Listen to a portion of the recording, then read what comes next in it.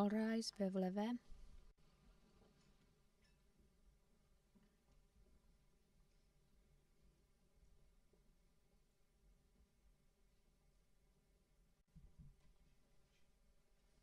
Please be seated, veuillez vous asseoir.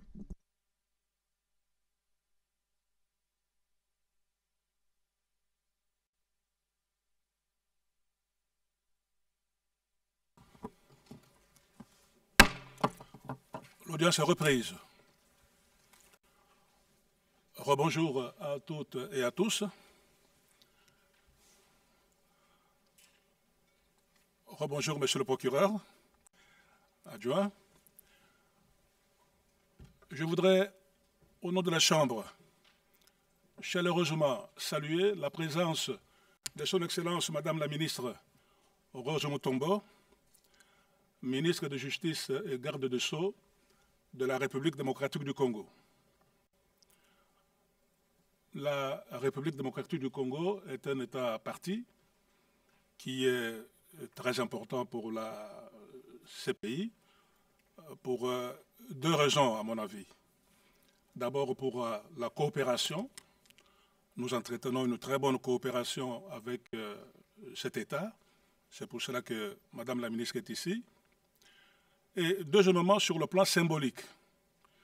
Parce que, comme vous le savez, l'article 126 du statut de Rome dit que le statut entre en vigueur le premier jour, 60 jours après les dépôts de l'instrument de ratification par le 60e État.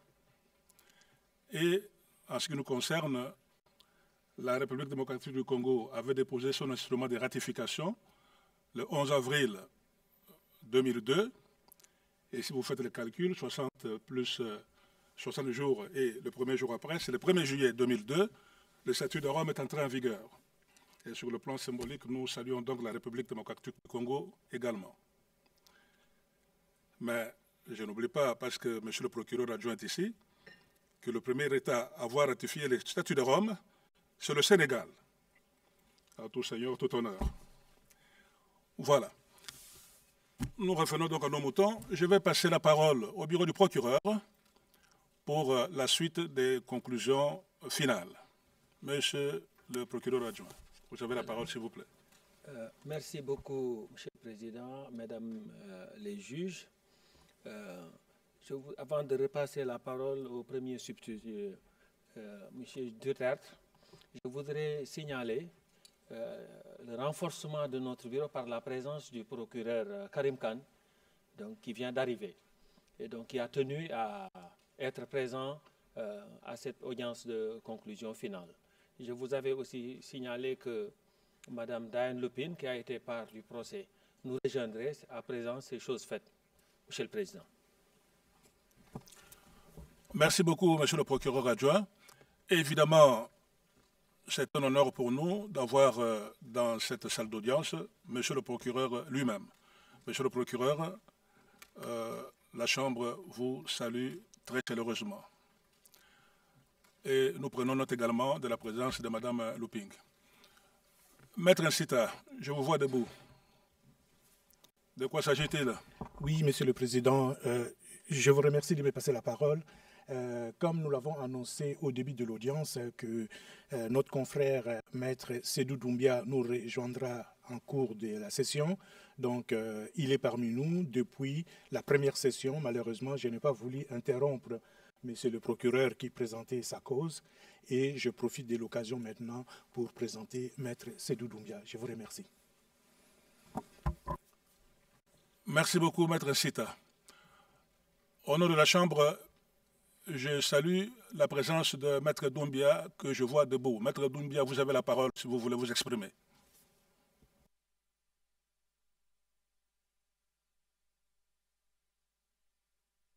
Président, je vous remercie pour cette parole. Je vais justement pas déroger à la tradition de saluer toutes celles et ceux présents à cette audience. Je ne voudrais pas citer de nom au risque d'en oublier. Je vous remercie très sincèrement pour la parole. Je suis très heureux de vous voir. Merci. Merci beaucoup, Maître Doumbia. La parole est au bureau du procureur, s'il vous plaît.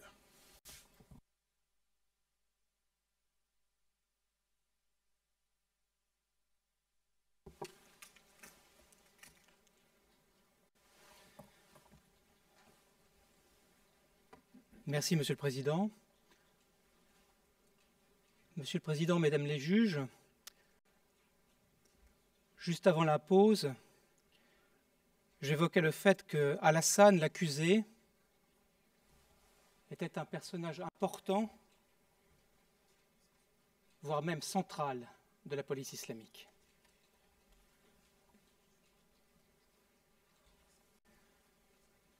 Alors précisément, que fait-il au jour le jour, Alassane, à la police islamique?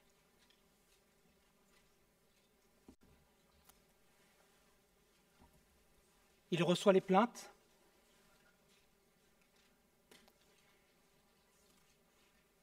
il gère les patrouilles depuis son bureau,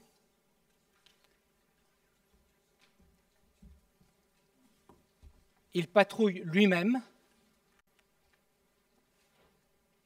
il convoque,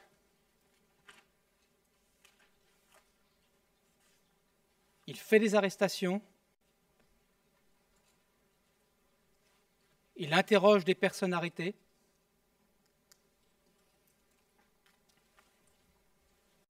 il écrit des rapports en consignant, le cas échéant, l'emploi de la torture.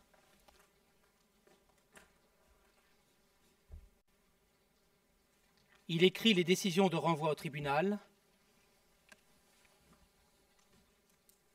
Il y apporte ses rapports et y transporte les prisonniers.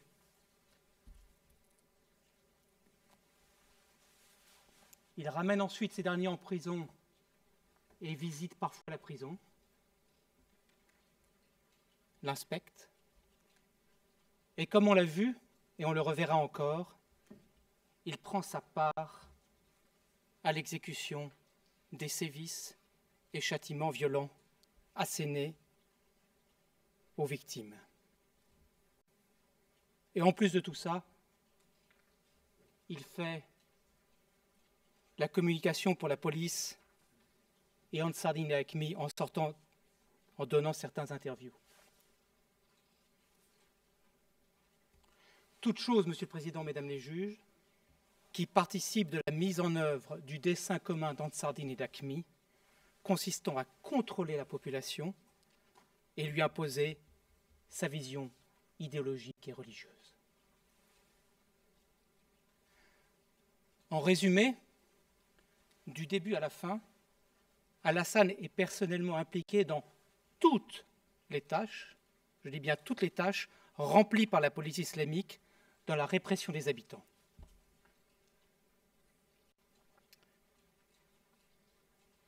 Et comme tel, Alassane est une pièce importante du système global de persécution mis en place par Ansardine et Hakmi, lequel système reposait sur les institutions mises en place, dont la police, le tribunal et la HESPA.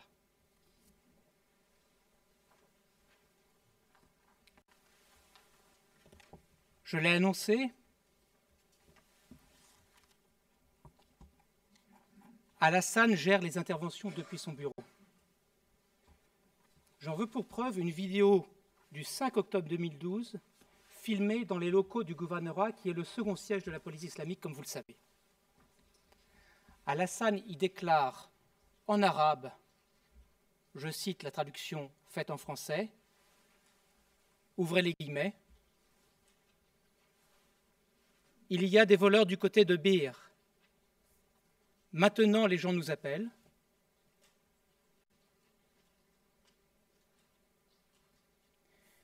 Ils ont dit qu'il faut les arrêter.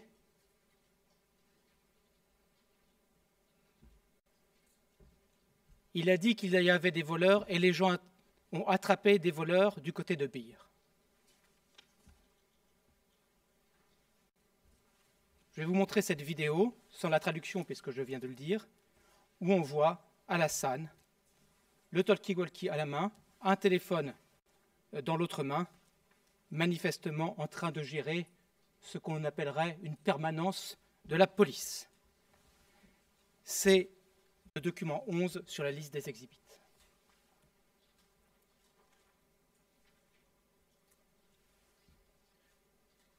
Vous voyez cet extrait à l'écran et je le joue. في لصوص في جهة بير الآن قالوا يتصلوا علينا قالوا لازم نقبضوا عليهم. يقول لك في لصوص الشعب قابض على لصوص في جهة بير.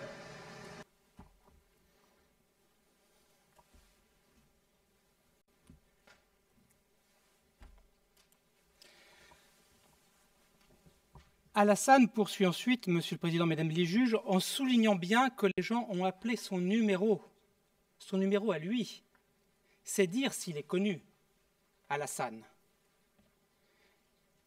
Et je cite à nouveau la traduction de l'extrait suivant, de la langue arabe vers le français. Ouvrez les guillemets. Des voleurs,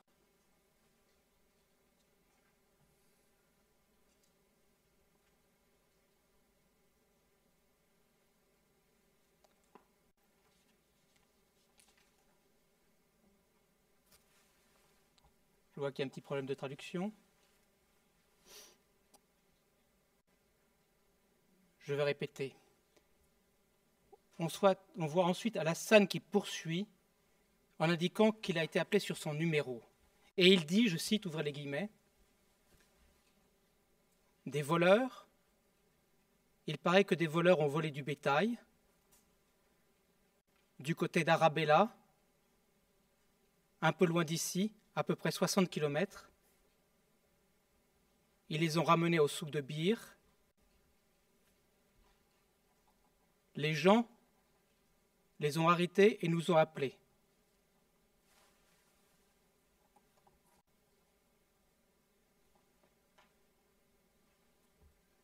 Ils ont appelé ici à mon numéro.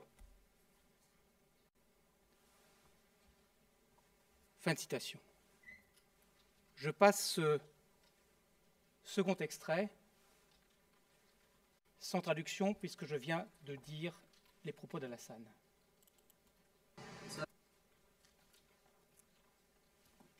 سارقين قالوا اللصوص سارقين بعير بعدد من البعير في جهة أرابنة وراء النهر في جهة بعيدة شوي ممكن 60 كيلو وجايبينهم من السوق بير عشان يبيعوهم على العرب يرفعون في كمان يمشوا بهم الجزائر يبيعوهم واللصوص تم القبض عليه من الشعب قبض عليهم يتصلوا هم اللي اتصلوا الآن قالوا لي نمشي لهم سيارة عشان يجيبوهم اللصوص.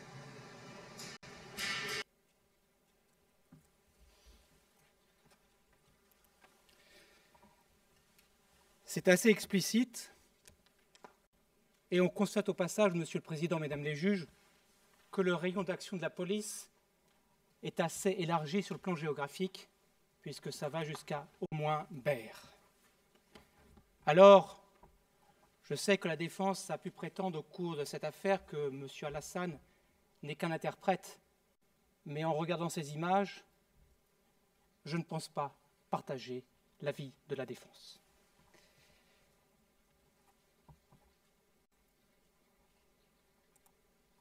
Alassane patrouille également lui-même.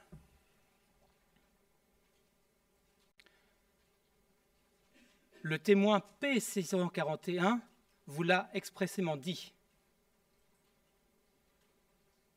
Et du reste, Alassane l'a admis.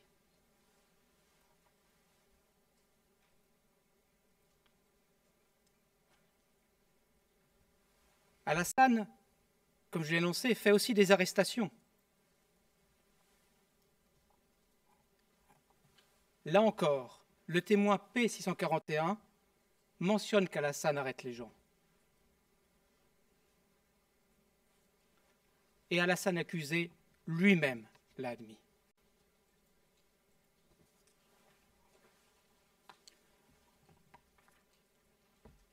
Alassane convoque, je l'ai dit, et à titre d'illustration, voici une convocation datée du 3 septembre 2012 qui porte le tampon de la police islamique et la signature d'Al-Hassan, tel que, là encore, il l'a admis lui-même.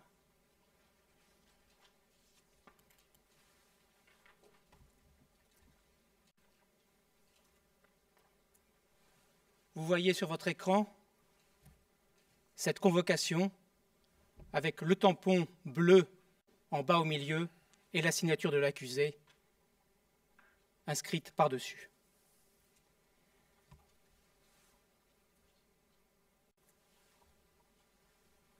Al-Hassan interroge et il n'y a pas de contestation possible à ce sujet. La preuve abonde, Monsieur le Président, Mesdames les juges. On a un rapport qui l'atteste.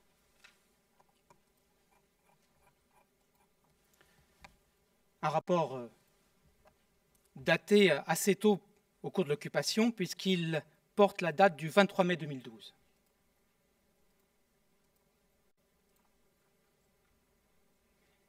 Et il est signé par Al-Hassan en qualité, je cite, d'enquêteur. C'est ce qui figure en bas à gauche du document avec la signature d'Al-Hassan en dessous. Je vous le montre.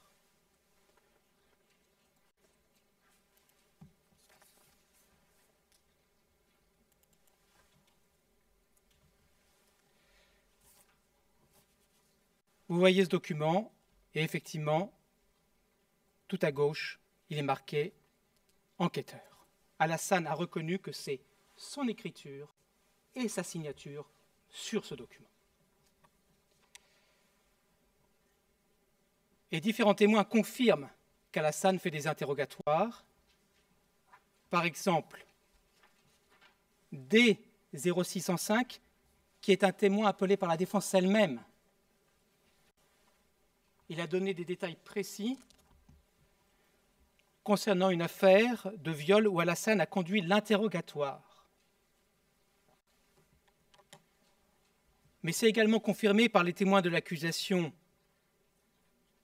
P114, P626 et P582.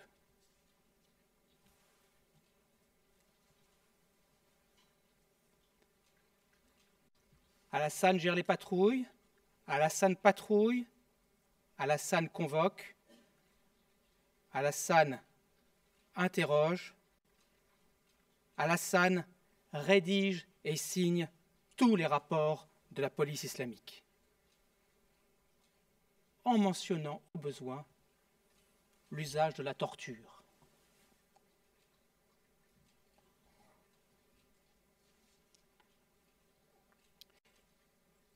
Vers mai 2012, un Tombouctien est arrêté par la police pour vente et consommation d'alcool et parce qu'il était en présence d'une femme avec laquelle il n'avait pas de lien de parenté. On a évoqué cette affaire dans cette salle. Al-Hassan a précisé aux enquêteurs du bureau du procureur que ce Tombouctien est détenu environ 2 mois.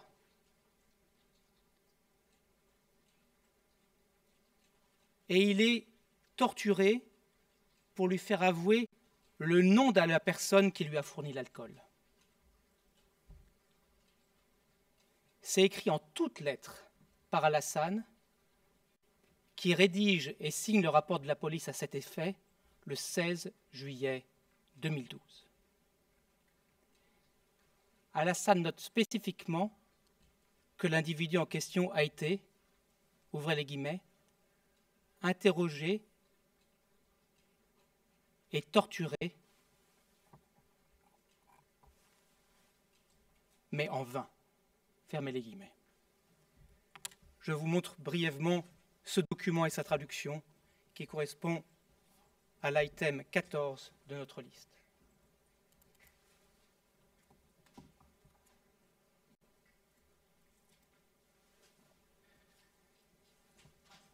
Et vous voyez effectivement sur le document de droite, vers le milieu, il est écrit « He was interrogated and tortured, but to not avail ».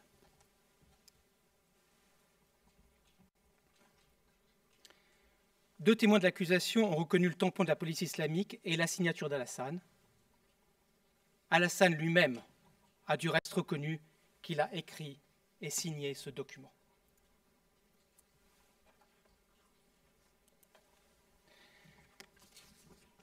Le fait est, Monsieur le Président, Mesdames les juges, que l'usage de la torture dans cette affaire n'est pas un acte isolé. Un témoin de l'accusation a souligné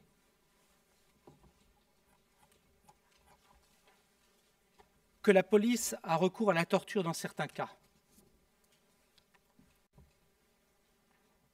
Un autre témoin, le témoin P0004, mentionne le cas d'un individu dont je tais le nom par mesure de sécurité, qui a été emmené dans un endroit avec les yeux bandés, où il a été suspendu et battu jusqu'à ce qu'il perde connaissance.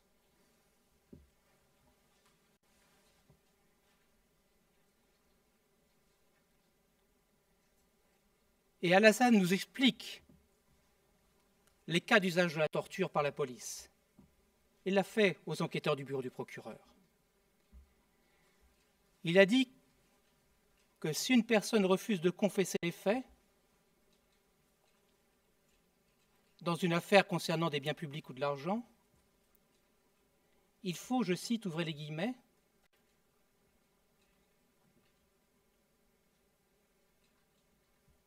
il faut lui faire sortir la vérité. Fermez les guillemets. Chacun pourra apprécier la litote.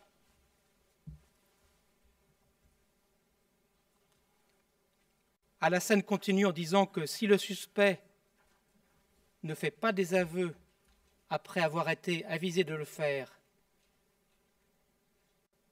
et qu'on lui a montré la preuve, il faut, je cite, ouvrez les guillemets,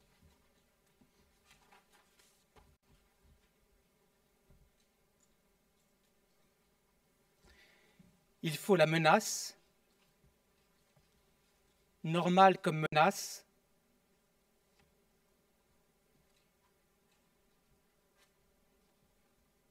on va vous faire ça, on va vous torturer. Fin de citation. Alassane poursuit en disant, ouvrez les guillemets, s'il n'admet pas la menace, il faut le torturer, tabassant la personne, frapper la personne. Fin de citation. C'est assez explicite, Monsieur le Président, Mesdames les juges. Alors, Alassane a certes essayé de minimiser son rôle dans la rédaction des rapports de la police. Il a prétendu que les chefs de la police et Abu Tsar font aussi des rapports. Mais rien, absolument rien ne confirme ces propos.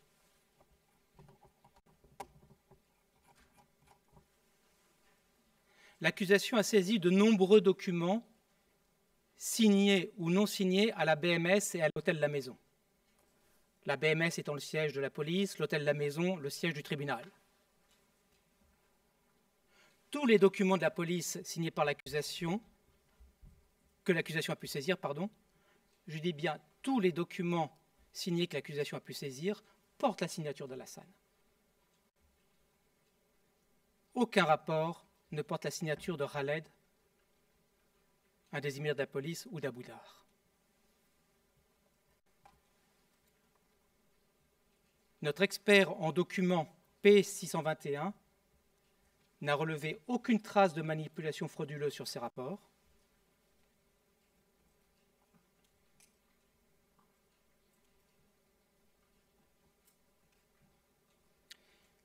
Et l'expert en signature a indiqué qu'il peut être établi que les signatures sur 28 rapports pourraient avoir été tracées par Alassane.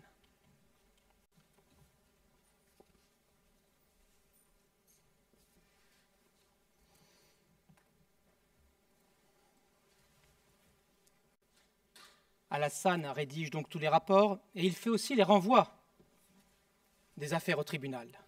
On le voit tout au long de la chaîne. C'est le cas pour l'affaire de consommation d'alcool que je viens de mentionner, où la torture est expressément citée.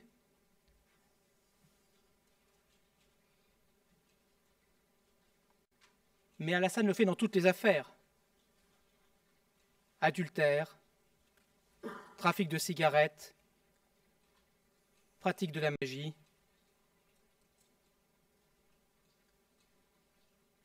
affaires matrimoniales,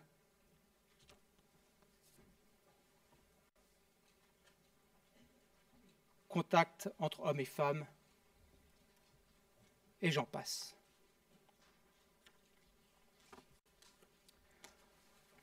On a en tout, et nous avons versé cela en annexe numéro 2, je crois, à nos conclusions finales, on a en tout 39 rapports de la police avec renvoi au tribunal fait par l'accusé, M. Alassane.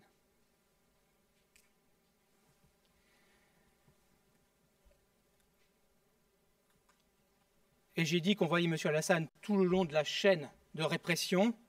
On le voit effectivement lors de l'exécution des châtiments prononcés par le tribunal.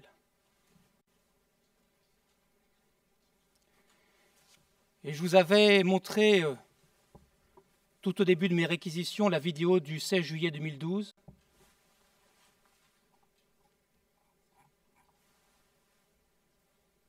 Dans laquelle Alassane assène des coups de fouet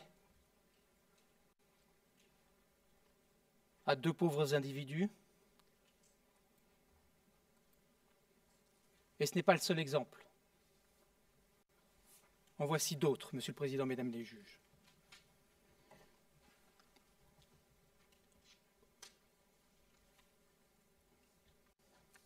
On en a un exemple filmé au marché d'Yobutao, au centre de Tombouctou, le 14 juillet 2012.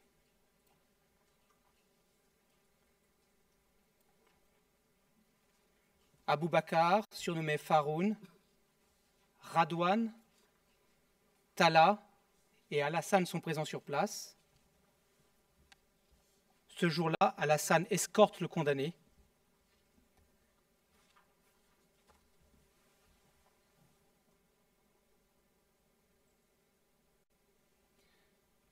P653, l'expert en identification faciale, a confirmé que c'est Alassane sur l'image. D'autres témoins factuels vont dans le même sens. Je me permets de passer cette vidéo qui est assez courte et qui est l'item 38 de notre liste d'exhibits d'aujourd'hui. L'item 17, pardon. Non, 48.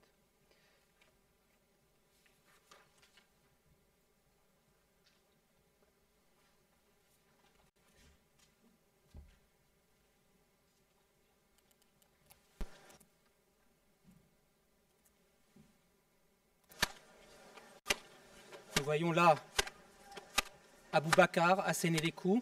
À droite, avec le turban rouge, on voyait Radouane.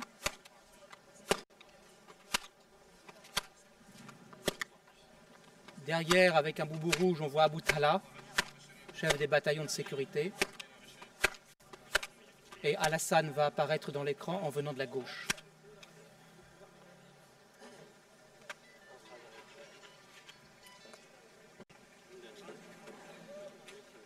On voit Alassane en beige de profil. Il prend la victime qu'il va ensuite convoyer vers la voiture de la police islamique.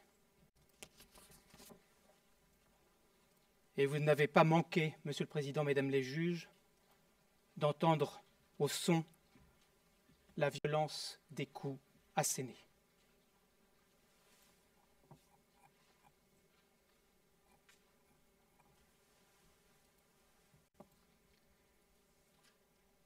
Un autre exemple, Monsieur le Président, Mesdames les juges,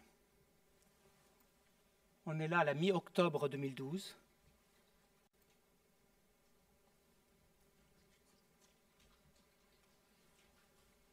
La scène se déroule près de l'hôtel Azalaï. C'est une exécution à mort. Ça aussi, ça a été filmé, puisque Ansardine et Hakimi ne sont pas avares en publicité.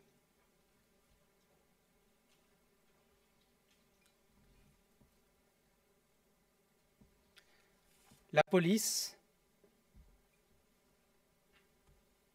et d'autres hommes font un cordon de sécurité. Alassane est là, présent.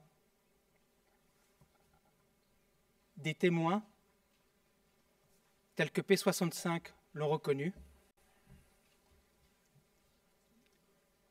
Alassane a un turban sur la tête de couleur safran. Il porte la veste de la police islamique. Il a une Kalachnikov à l'épaule. Notre expert en balistique, Xavier Laroche, l'a confirmé.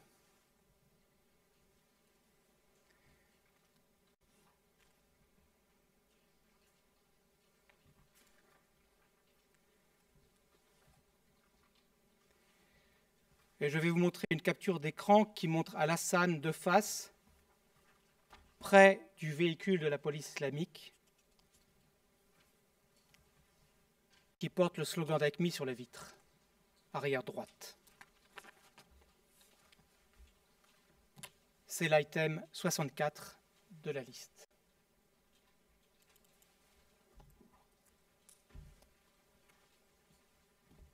Vous voyez donc Alassane avec la fameuse veste bleue de la police islamique qui s'éloigne du véhicule.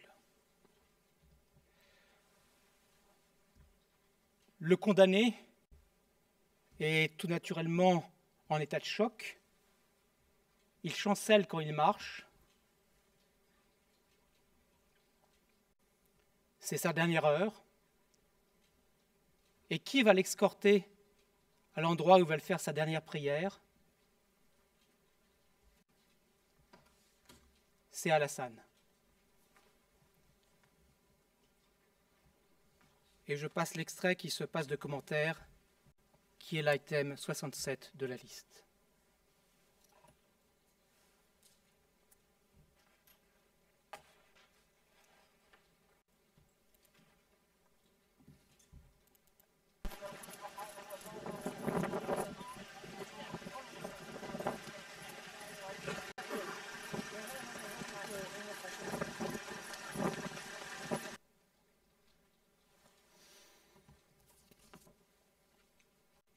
Puis, un membre du bataillon Tariq Ibn Ziyad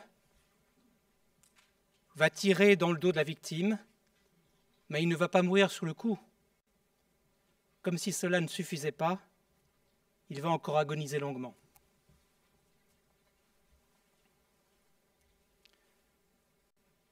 Autant vous dire que tout cela a saisi d'effroi et glacé le cœur de tous les Tombouctiens et de tous les Tombouctiennes.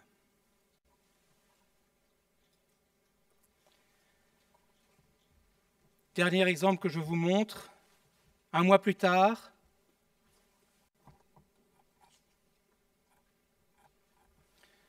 on est aux alentours du 29 novembre 2012, au marché de Yobutao,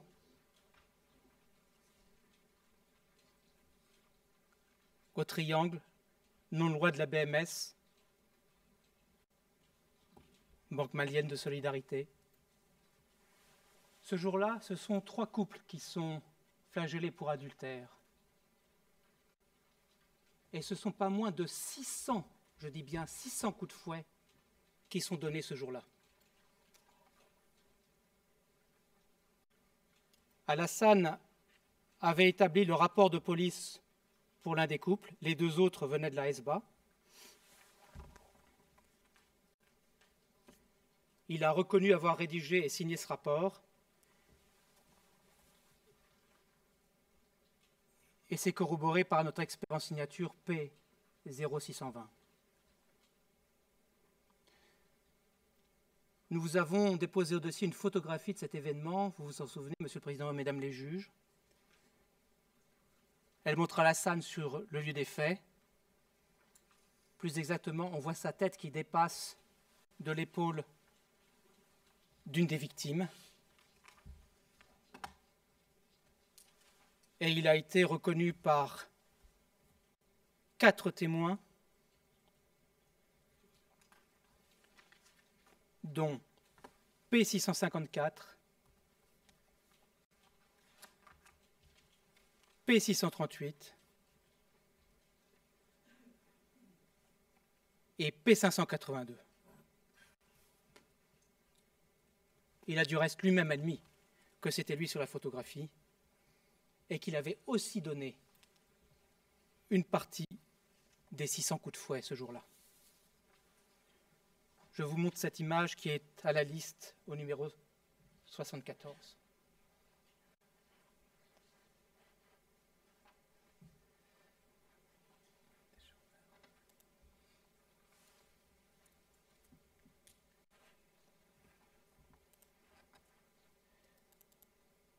J'ai un problème technique, je vous montre ça tout de suite.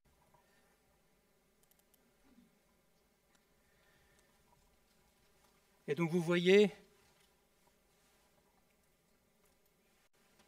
cette photographie avec la tête de M. Alassane qui dépasse de l'épaule de la victime. On le voit ici. Sur la même photo, on voit Abu Dar et un autre membre de la police islamique.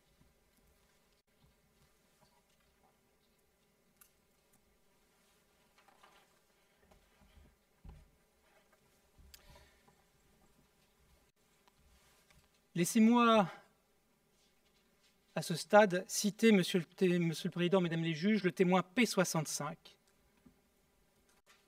Cela illustre assez bien toutes les images que je vous ai montrées. P65 explique, je cite, en anglais, « In all the activities of the Islamic police, we would see Alassane present and overseeing the activities. » Fin de citation.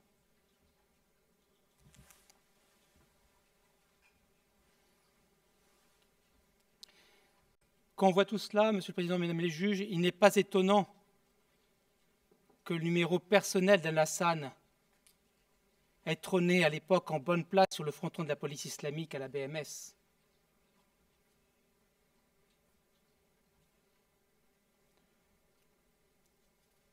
Le 79 26 23 92.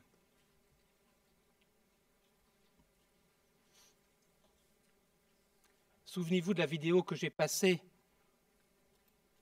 où Alassane disait que les gens l'avaient appelé sur son numéro pour un vol à Bir.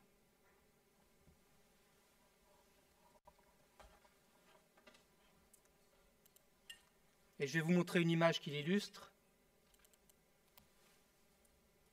et qui a été versée au dossier.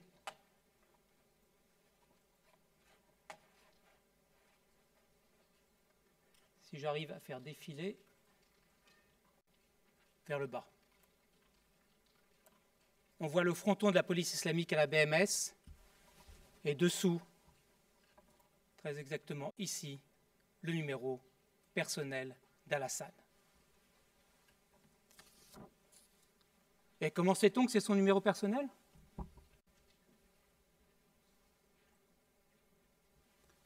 Parce que cela ressort de ses propres déclarations et parce que cela ressort des Call Data Records dans lesquels ce numéro lui est personnellement attribué. Au passage, je souligne que il y a 588 appels entre ce numéro qui appartient à Alassane et le juge Ouka Ouka. Il y a 241 appels entre ce numéro et le téléphone d'Adama, premier chef de la police islamique.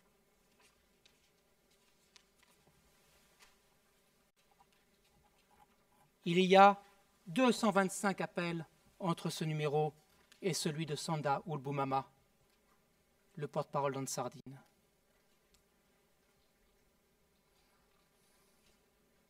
« 66 appels avec Mohamed Moussa,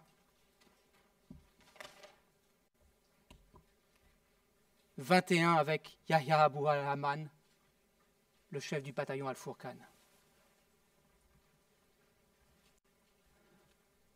En soi, ça le montre l'intégration et les connexions d'Alassane avec des acteurs importants de la répression à Tombouctou en 2012.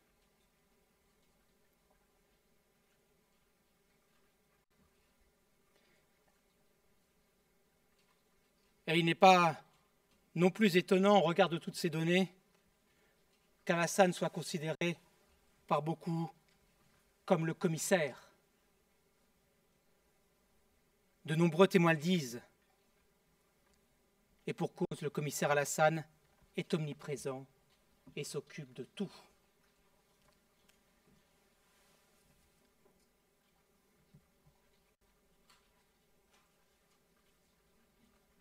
Le commissaire Alassane est si zélé, il fait tant et si bien aux yeux des chefs des groupes Ansardine et Hakmi, qu'il devient l'émir de la police islamique vers fin 2012, début 2013. C'est au moment de l'attaque lancée par Ansardine et Hakmi sur Konna et Diabali, à laquelle Khaled, le second chef de la police islamique, est parti prendre part, laissant la place vide.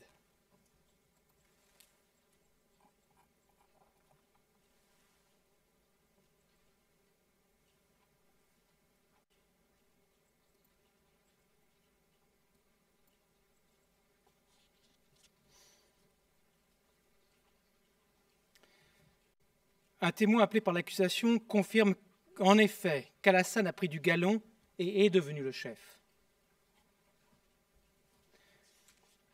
Mais surtout, la défense a elle-même appelé un témoin qui l'a dit. Je fais référence au témoin D0605. Il a explicitement témoigné devant vous en salle d'audience qu'Alassane était le chef de la police après Khaled, un témoin de la défense.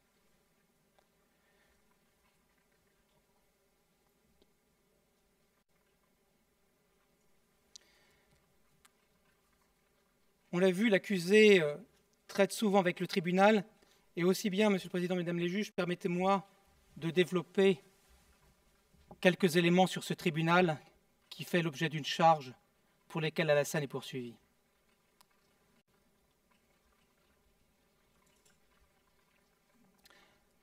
Le tribunal est installé à l'hôtel La Maison, dans le quartier Abaradjou. Il est présidé par Ouka Ouka.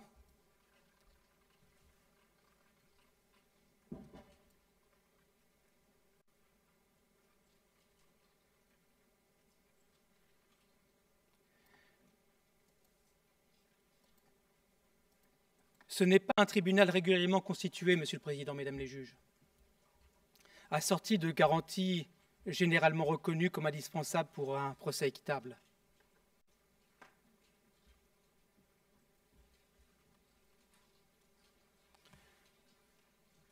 Le tribunal est, tout comme la police, le bras armé d'Akmi et d'Ansardine,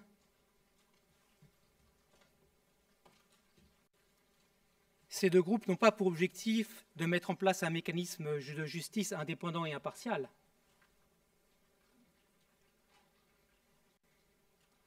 Ansardine et Hakmi ont établi le tribunal comme outil pour donner une apparence de légitimité à leur action et asseoir leur pouvoir et vision idéologique et religieuse sur la population. Et ce, par tout moyen, y compris par le prononcé de châtiments corporels parfois irréversibles.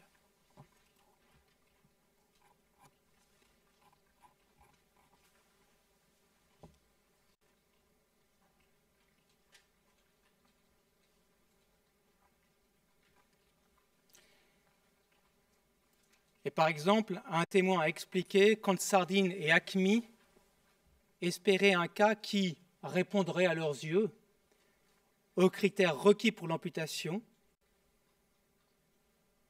et qu'ils ont été heureux de pouvoir enfin le faire avec le cas de Dedeu Maïga, sur lequel on reviendra.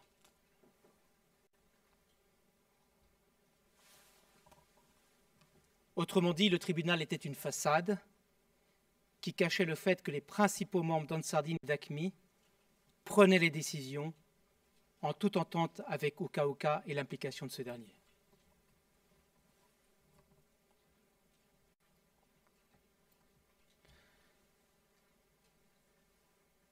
Ce tribunal ne présente aucune garantie d'indépendance. Laissez-moi développer ce point rapidement. C'est patent.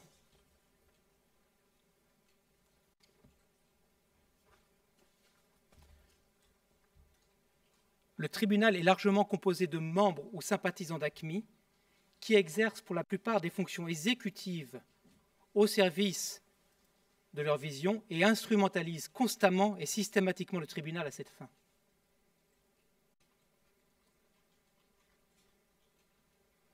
Je fais référence notamment à Abdallah Al-Chinguetti, Kouteba, Radouane ou encore Mohamed Moussa.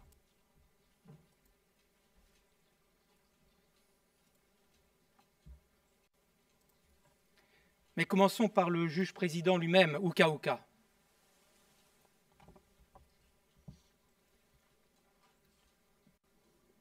Uka Uka a été choisi car ses idées religieuses étaient conformes à celles d'Ansardine et d'AQMI. Et il fait cause commune avec eux. Lors du meeting à l'hôtel Boutou, début avril 2012, avec Iyad Agrali et Abou Zaïd, Uka Uka était d'accord pour coopérer avec eux. Un témoin dans cette salle a même rapporté que Uka Uka a prêté allégeance à AQMI.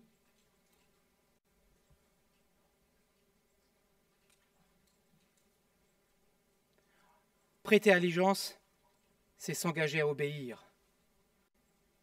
Toute chose contraire à l'indépendance. Et d'ailleurs, vous avez au dossier une photographie prise lors d'une réunion en octobre 2012 à Tombouctou, pas loin de la mosquée de Djingar Hébert. C'est une réunion entre Ansardine et AQMI et des habitants, dont le comité de crise. Et Uka Uka est assis là, aux côtés d'Abou Zaïd, de Radouane, de Sanda Ouboumama, d'Abdallah Al-Chinguetti et d'Al-Mahdi.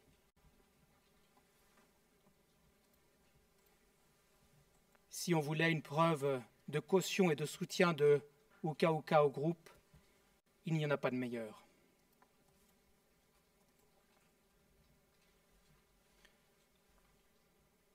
Uka Uka applique purement et simplement le dessein d'Ansardine et d'AQMI à Tombouctou.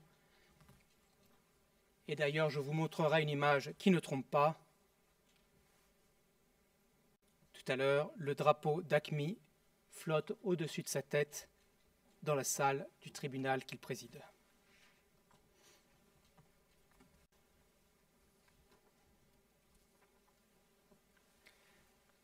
Mais il n'y a pas que Uka Uka qui est dénué de toute indépendance. Dans le tribunal, il y a 2 membres seniors d'Al-Qaïda, Abdallah al-Chinguetti, qui fait partie de la présidence de Tombouctou avec Abou Zaïd et Yahya Abou Alaman,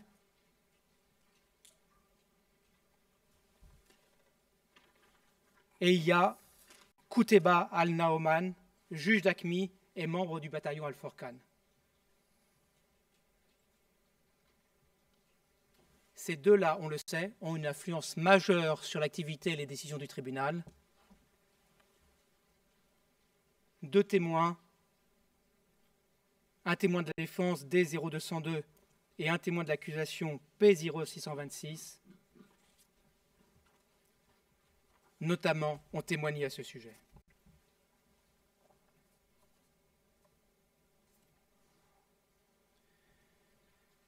Mais il y a aussi Radouane au tribunal, qui est du bureau des médias et qui exécute des sanctions. Il y a Mohamed Moussa, 2e chef de la SBA.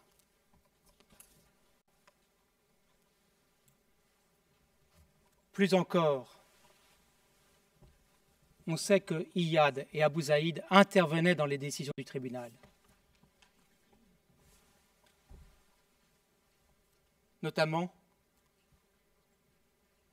Abou Zaïd intervenait dans l'exécution des jugements de Houdoud, comme on le verra.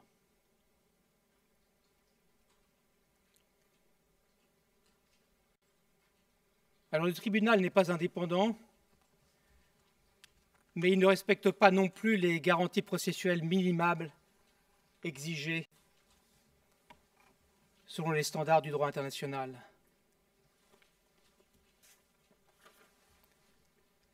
1.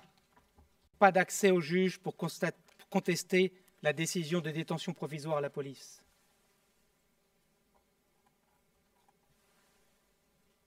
2. Caution et accord du tribunal pour l'usage de la torture.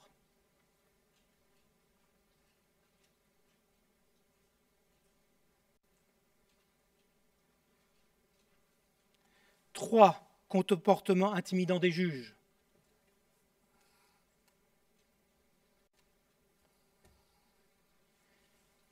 4. Pas de facilité pour préparer sa défense et absence totale d'avocat pour assister les accusés. Or, les conséquences physiques et corporelles sont lourdes. 5. Procédure expéditive.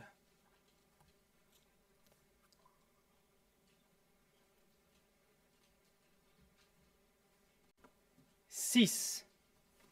Pas de respect du droit de ne pas s'incriminer soi-même.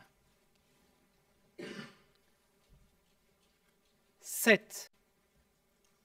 Plus généralement, violation de la présomption d'innocence.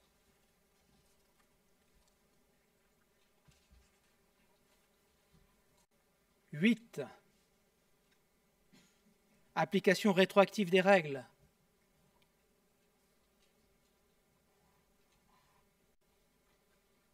9. Et cela s'entend du droit pénal. 9. Punition arbitraire prévue nulle part. 10. Pas de possibilité de faire appel. J'en passe, mais comme vous le voyez, ça commence à faire beaucoup.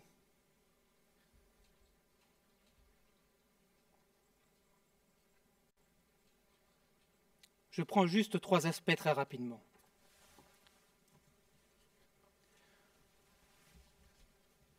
Le tribunal cautionne et autorise l'usage de la torture.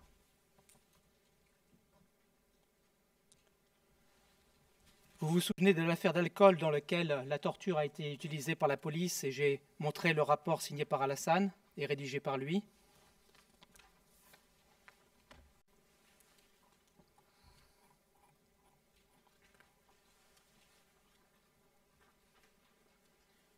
Eh bien, dans cette affaire, le tribunal a, en toute connaissance de cause, condamné le Tombouctien concerné à 40 coups de fouet, sachant qu'il avait parlé, ou plutôt refusé de parler, sous la torture.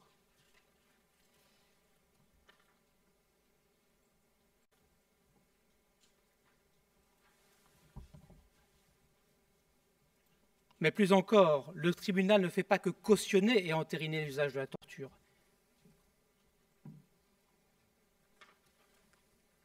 Il l'autorise, il l'encourage lors des interrogatoires des suspects.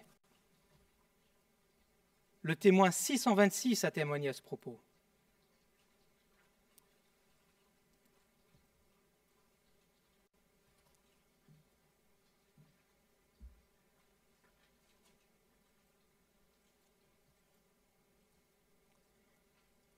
Et Alassane, l'accusé, explique comment les choses se passent.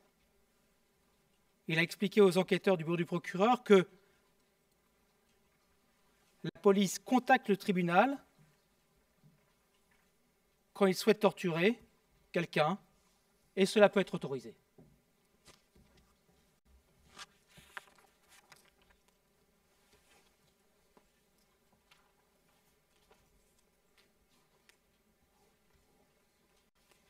Et ceci peut se faire soit par téléphone,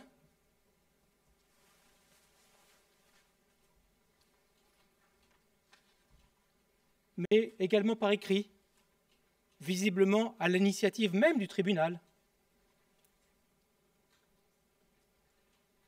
Et j'en veux pour preuve la version manuscrite d'un jugement retrouvé à l'hôtel La Maison, qui est le document 98 et 99 de la liste des exhibits, que je vais me contenter de lire sans le montrer par souci de temps.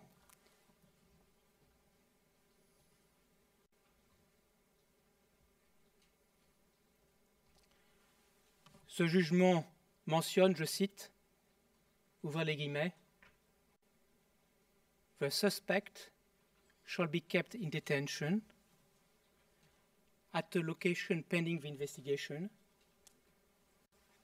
whilst authorizing the police to use any possible pressuring means within the limits of what is humanly tolerable. »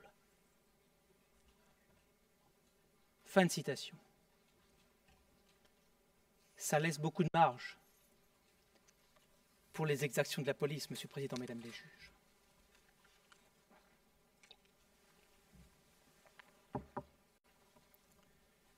Pas de garantie processuelle, je l'ai illustré par l'usage de la torture. Le deuxième aspect sur lequel je vais m'approfondir rapidement,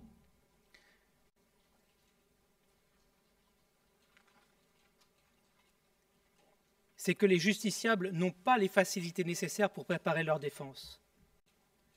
Et ils comparaissent au tribunal sans avocat. C'est le cas de tous les individus condamnés par le tribunal à Tombouctou en 2012, que ce soit pour pratique de la magie, port de talisman, fréquentation des hommes, ou toute autre violation de ces nouvelles règles et interdits imposés par Ansardine et Acme.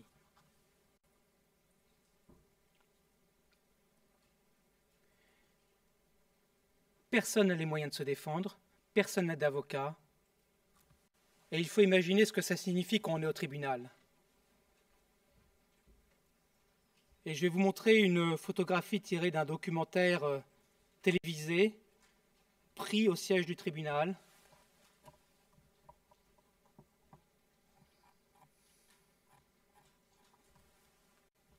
On y voit le juge président Ouka assis sur le tapis rouge du tribunal entre deux kalachnikovs, tout à côté du drapeau noir d'Al-Qaïda. Ce n'est pas de nature à inspirer confiance aux justiciables, Monsieur le Président, Mesdames les juges.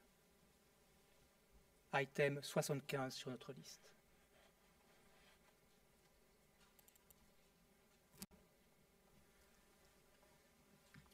Vous voyez Ouka en blanc, une Kalachnikov à droite, une Kalachnikov à gauche. Image peu commune d'une juridiction.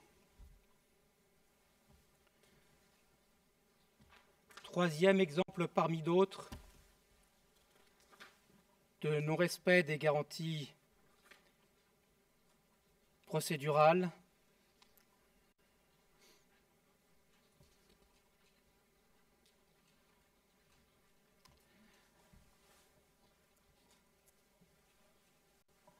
un témoin de l'accusation a affirmé que la procédure du tribunal était inadéquate en termes d'examen de la preuve et même de traduction.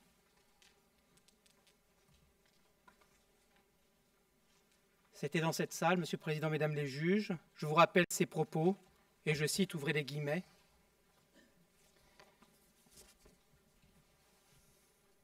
Donc, la façon dont les enquêtes étaient menées était très simple et primitive. Il suffisait à la police de dire « Nous avons attrapé cette personne qui essayait de commettre un vol ». Lorsque le juge demandait « Est-ce que étiez-vous réellement en train d'essayer de commettre un vol lorsque vous avez été arrêté ?»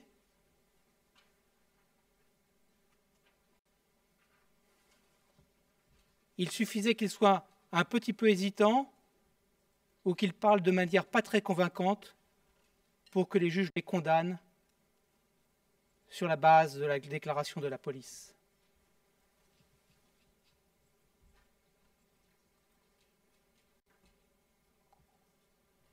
Fin de citation. Autrement dit, les suspects pouvaient être trouvés coupables sur la seule base du rapport de police, et on voit l'importance ici des rapports rédigés et signés par M. Alassane lui-même. Et il faut se rendre compte de l'horreur et de l'atrocité que l'activité de ce tribunal irrégulièrement constitué a occasionné tout au long des 10 mois d'occupation et persécution à Tombouctou entre avril 2012 et janvier 2013.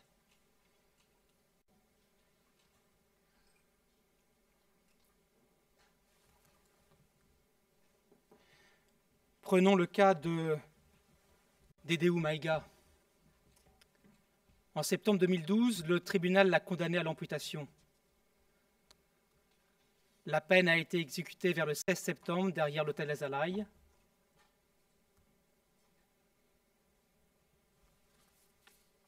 Les 2 photographies suivantes peuvent choquer par leur cruauté. À l'époque, cela a glacé le cœur des Tombouctiens. C'est les documents 72 et 73 de notre liste.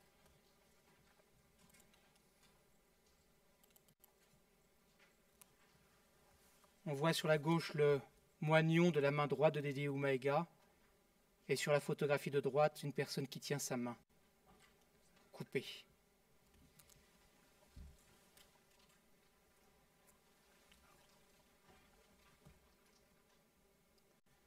La main est reliée par un fil au pied de la victime. Le procédé est assez macabre, on en convient.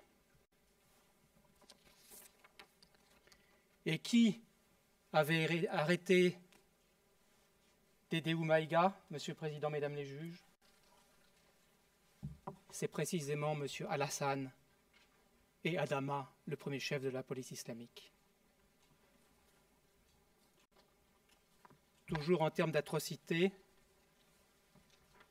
je vous passe brièvement une vidéo de janvier 2013, prise à Yobutao. Item 108, 109, 110 de notre liste d'exhibits.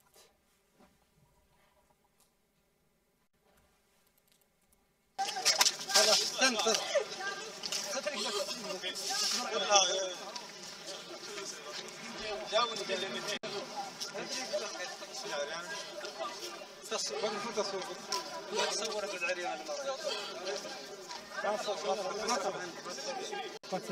ما تشدها عريان، ما تشدهاش عريان.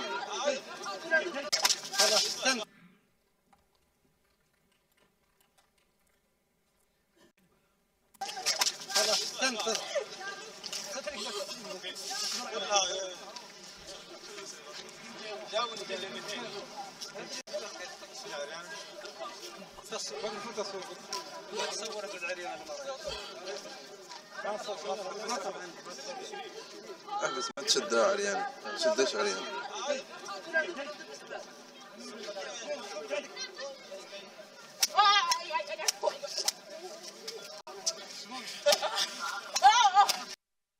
Et on continue ici à frapper cette femme à terre.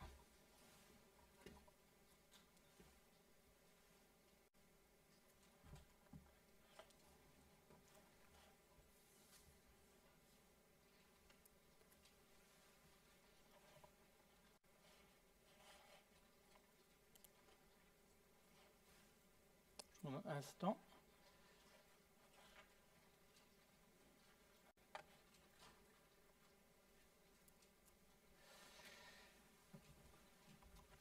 Monsieur le Président, Mesdames les juges, Alassane, il sait tout cela. Il est en contact régulier avec Oka Oka, on l'a vu. Il amène ses rapports au tribunal. Il amène les prisonniers. Il connaît la composition du tribunal. Il est au courant de l'usage de la torture par tribunal. Il sait qu'il n'y a pas d'avocat. Il reçoit les copies des jugements. Il l'a dit lui-même. Il exécute les peines et il sait que c'est du jamais vu, il l'a dit.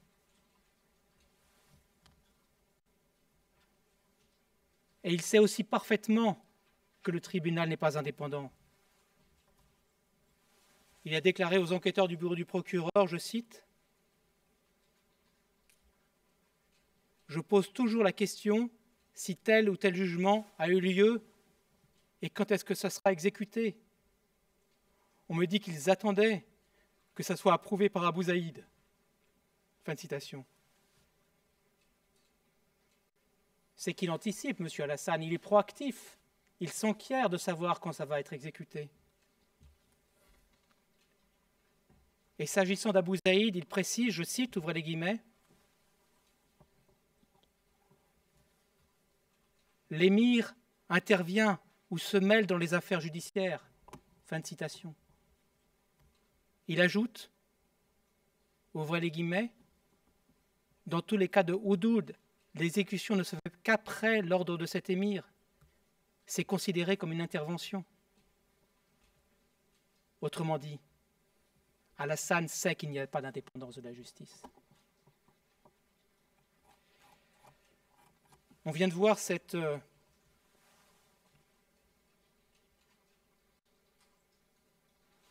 vidéo choquante sur une femme qui subit un traitement littéralement inhumain et qui est difficile à regarder.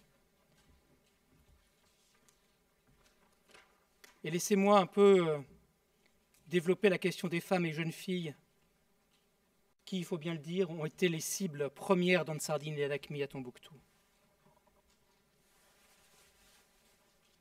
Elles ont particulièrement souffert de leur acharnement et on leur doit d'évoquer la persécution qui les concerne plus en détail.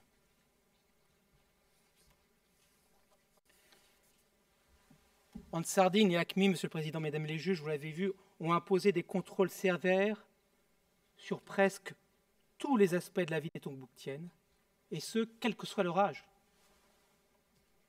Leur calvaire a commencé dès le début de l'occupation de la ville, et elles vont vivre pendant des mois dans un climat constant d'oppression, d'insécurité et de peur.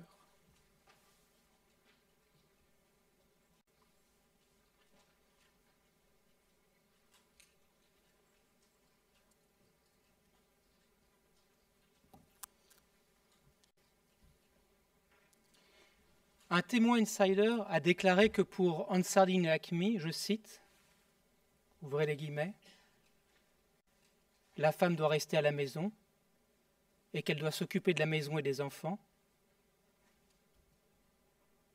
Les femmes ne devraient quitter la maison ou aller au travail que si cela est nécessaire. » Fin de citation.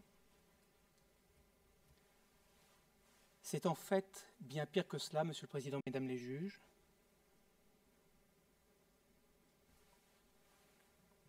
Un Tombouctien déclare dans un journal en décembre 2012 « On a vraiment l'impression que ces djihadistes portent en eux la haine du genre féminin. »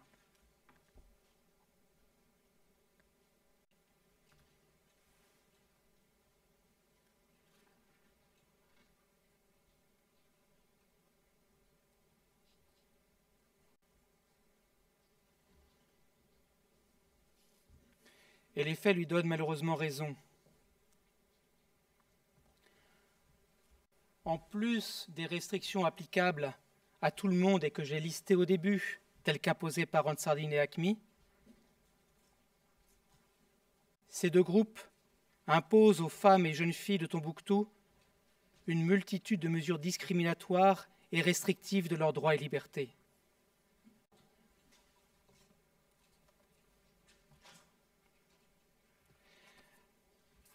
La liste de ces interdits est trop longue pour être énumérée dans son intégralité.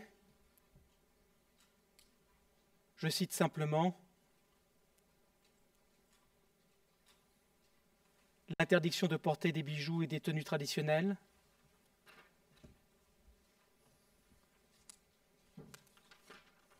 l'obligation de porter le voile et des vêtements couvrant la tête et le corps,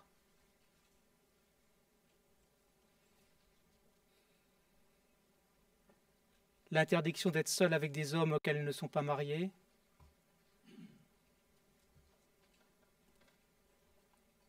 l'interdiction même de parler à leur propre beau-frère ou leur cousin,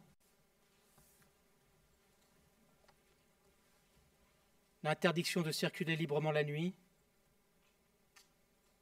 ou même l'interdiction de cette pratique qui leur est si chère, tant du point de vue individuel que social. Je fais référence au fait de se regrouper en public pour parler, c'est-à-dire les tontines.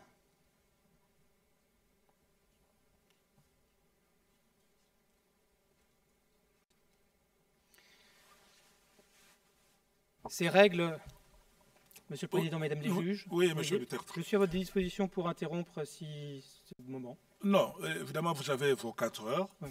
mais je voudrais juste savoir pour le management, pour prévoir, de combien de temps avez-vous encore besoin pour finir vos conclusions finales, hein? Parce que... Un petit instant.